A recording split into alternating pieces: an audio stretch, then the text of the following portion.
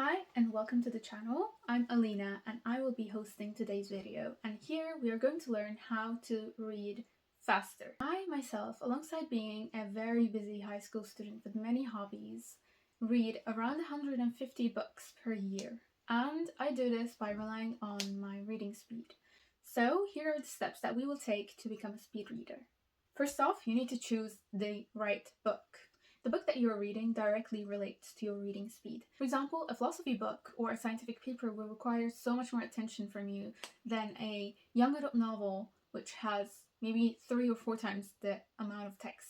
This is because word complexity and length is so much less when it comes to novels and fiction, especially fiction for young adults, than a scientific paper or a philosophy book with more ideas, more complexity, and more nuance, so you would need to ensure your comprehension and put more attention in it.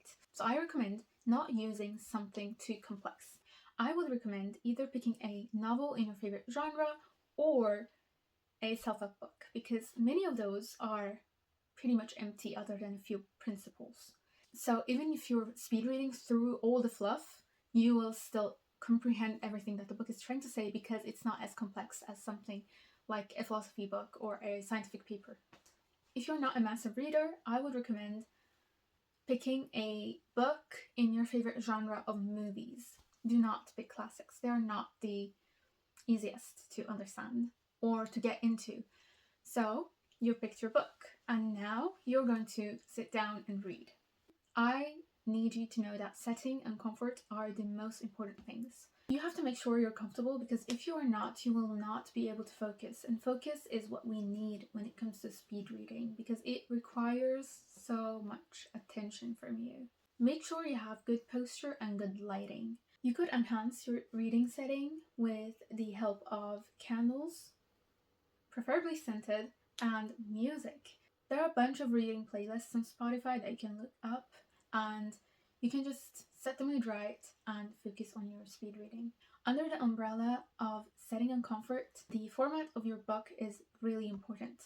Personally, I read much faster on my iPad mini with the scrolling mode on. And that is to me personally because I can keep my vision on one space and just keep on scrolling. That will save so much more time than just reading the whole way on the page. Along with this, I read faster when it's a smaller font, although many people tell you that bigger fonts makes reading much easier and faster. However, that is just me. Of course, I figured this out after years of reading and hundreds of books. You should try and experiment with different formats, different settings, different lightings, and see what works for you the best. Now that you have chosen your books and prepared your reading environment, we now have to ensure that you're using your vision to the max. Many of us do not use their eyes as they're supposed to when it comes to speed reading, and we tend to focus on 1 or 2 words at a time and just move our eyes throughout the entire line and then back and then the whole line and then back again. And that requires so much time from you. However, you can avoid doing this by using your peripheral vision. The peripheral vision refers to everything outside of your focus. So now, if you look wherever, anywhere, and you fixate on one thing, you can still see things around it. Like, for example, if you're looking at me in this moment, you should still be able to see my books. And that is your peripheral vision. You can expand your peripheral vision throughout different exercises. For example, you could do this by looking outside, fixating on one point, and trying to name everything that you see without moving your eyes.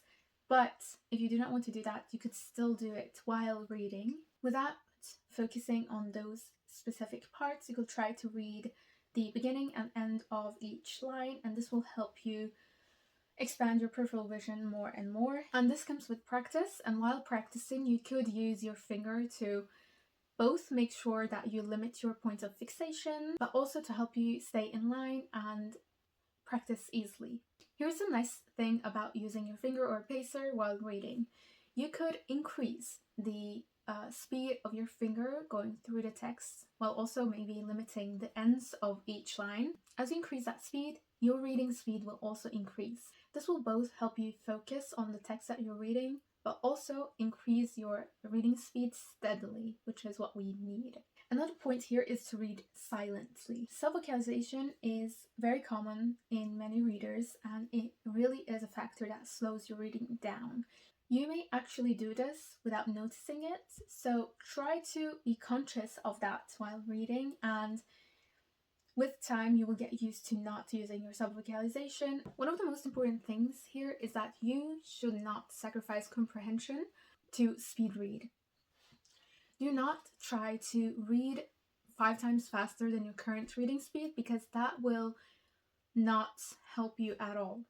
The point here is that you practice and practice and practice without jumping from one speed to a very higher one, but bit by bit and learning to read faster and faster. There is no point in reading fast if you will have to go back and read the entire paragraph again and again to actually comprehend what's going on. When it comes to comprehension, your understanding of a text could be very low no matter what speed you're reading at, and that is more so something of your brain and not the reading speed actually.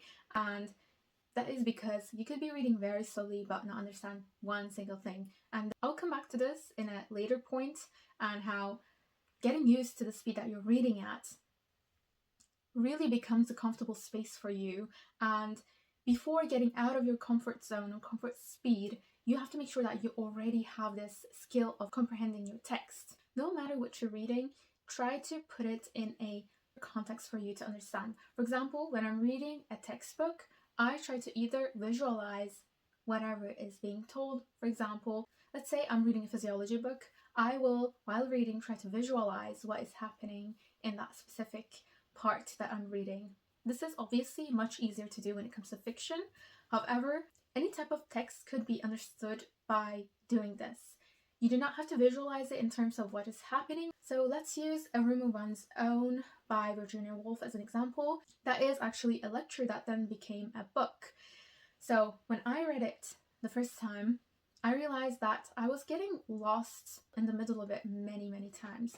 So while reading this book, I tried to put myself in the context of her students, for example, as if I were sitting in that lecture and listening to her speak. Of course, I was not taking notes, nor was I in a very lectury environment, but it still works because you are putting yourself in that context, and that is really important. And this is a way that you can ensure comprehension. Just put yourself in that context, or put your text in your context in any way. Again, using this example, I try to see myself as one of the students sitting there and listening to the lecture itself, as if this is not a book to just read, but also something that is being told to me by my lecturer. This really is helpful because the words that are chosen by the author are in the context of whatever the genre or whatever the point of that book is. And you can more and more easily understand it by putting yourself in the context and maybe visualizing yourself in that context, or visualizing that context in your life. You could do this in both ways depending on the book. Another thing that you could do is utilize audiobooks while reading the physical copy of that same book. This will help you so much when it comes to increasing your reading speed and still keep your comprehension of the text. You could use audiobooks as a pacer as well. For example, increase the speed of the audiobook from 1 to 125, and maybe at first it will be a bit speedy, but you will actually get used to that reading speed, and then when you are comfortable with that, go over to a bit higher speed and so on. And when compared to the normal audiobook speed, I think I read around 2.5 times the actual speed, and that has become the norm for me. And when I listen to audiobooks, I have to listen to them in at least 2 times the speed to actually comprehend, because now that I'm used to that speed, reading slowly makes me lose focus. So these are the steps that you took to read faster. And now the last step is to enjoy what you're reading. Some books are meant to be read slowly and steadily, and make sure you do enjoy your book, whatever that book is.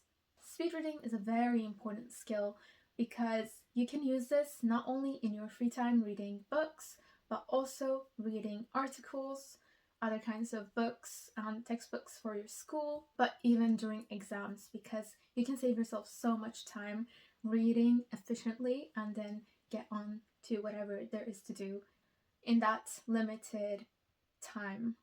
Keep in mind that reading and enjoying your reading is much more important than your yearly reading goal or reading 50 books a year or 100 books a year. Just make sure that you do enjoy your books and enjoy your time. So now that you have become a speed reader, it is time for this video to end. Thank you for watching if you have watched this far, and enjoy your time reading. If you did like this video and found it helpful, engaging with it through likes, comments, and subscription will be really helpful for me. And thank you for watching. I will see you the next time.